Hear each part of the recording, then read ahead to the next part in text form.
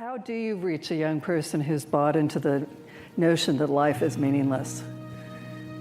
Well, the first thing is you tell them why they think that.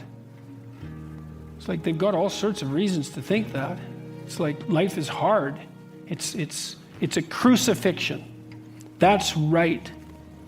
And so it's no wonder they think that. It's like, okay, fine. First of all, we're going to take it seriously. Yeah, you're suffering and adrift, and you have your reasons. So you take those reasons seriously, and you say, despite that, there's more to you than you think. And you know that too, because you upbraid yourself for not manifesting it. And you say to people, well, I ask people, for example, well, who do you admire? Because that instinct for admiration is part of the instinct for imitation. It's like, who do you admire? You admire people who are completely irresponsible. You admire people who can't take care of themselves. They can't even take care of themselves. Here's the most admirable person. Completely useless to themselves, maybe even counterproductive. Just a bloody catastrophe for their family. And like, what would you call? A social danger. Like no one admires that. No one admires that. It's like you start minimally. Can you take care of yourself? At least that. That'd be the first thing. And then is there enough to you so that maybe someone else could rely on you now and then? And maybe a number of people, maybe your family. You could be the glue that holds them together and mends them. And then maybe there could be more to you than that. Maybe you could be someone for your community, and God only knows how far you could go with that. Those are the people you admire. It's like, well, try that out. See what happens. And start locally. Carl Jung said, this is one of my favorite Carl Jung quotes. He said, modern man does not see God because he will not look low enough. I really like that. And so, I've been telling the people that I talk to the same thing. It's like, you have a certain amount of potential within your grasp. You may find what you have contemptible because you're not in a position of power. This modicum of possibility that's been granted to you is beneath you. And so you do nothing with it. And so you get nothing from it. You take that seriously. You do the small things you can, the humble things that you can to put yourself together in those tiny, embarrassing ways that are real. And if you do that enough, you'll fortify yourself. And that will work. And one of the things that's been unbelievably heartening to me, it's ridiculous, really. Like,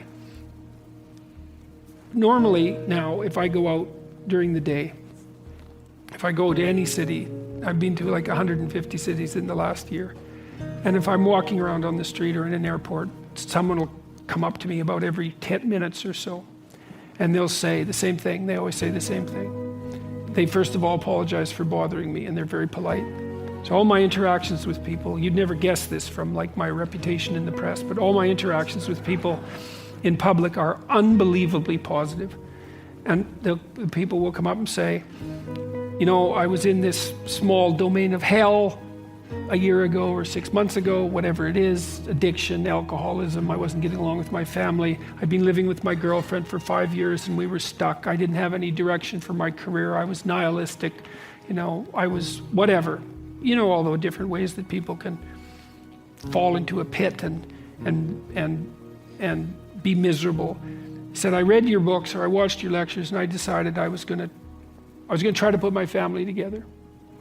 Or I was going to make a vision and pursue it. Or I was going to try telling the truth. I was just going to try one of these things. And things are way better, way better.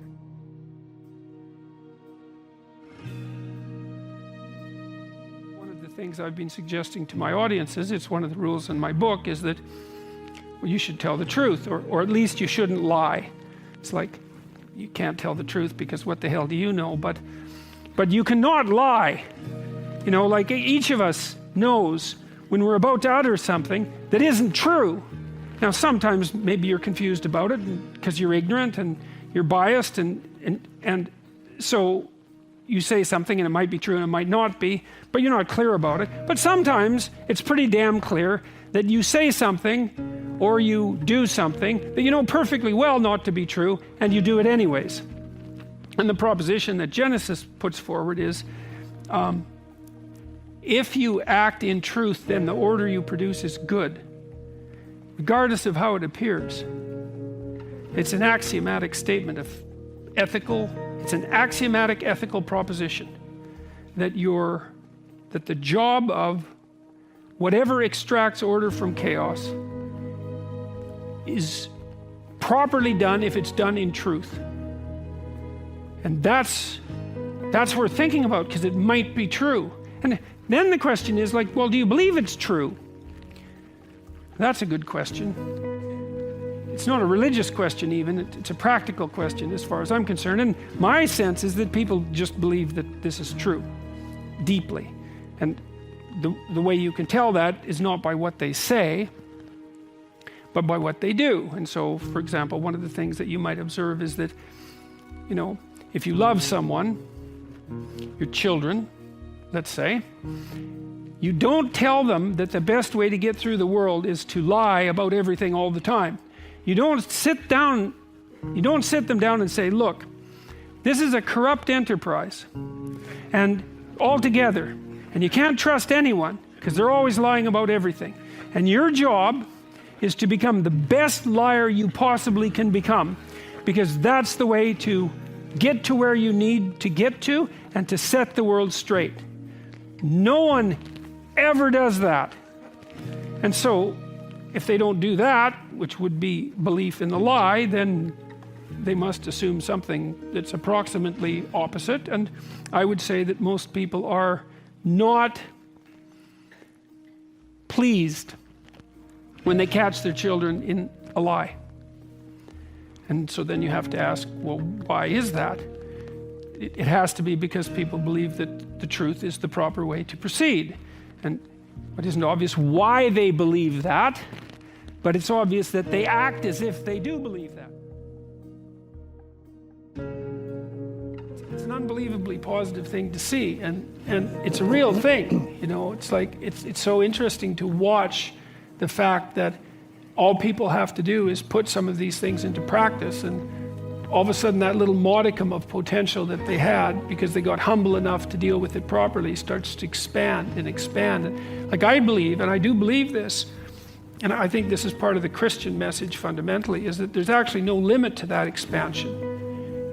Because in some sense, like, we are this weird combination of finite and infinite. Like, we're related to the infinite in some manner, obviously, because the infinite exists, and here we are, and so we're related to it in some manner, and I don't know what manner that is, but I don't know what the limits are. It's like if you were the best person you could be, truly, if you decided to live by truth and to aim at the good, and you really did that, you put your whole heart and soul into it, that's what you were staking your life on, because you're staking your life on something. Who the hell could you be? And no one knows, You know perfectly well you could be far more than you are. And you don't know what the upper limit of that is. And we certainly don't know what the upper limit would be if there were lots of people doing that. God only knows what problems we could solve. There's lots of suffering and misery in the world. Plenty. And it's no wonder that people get bitter.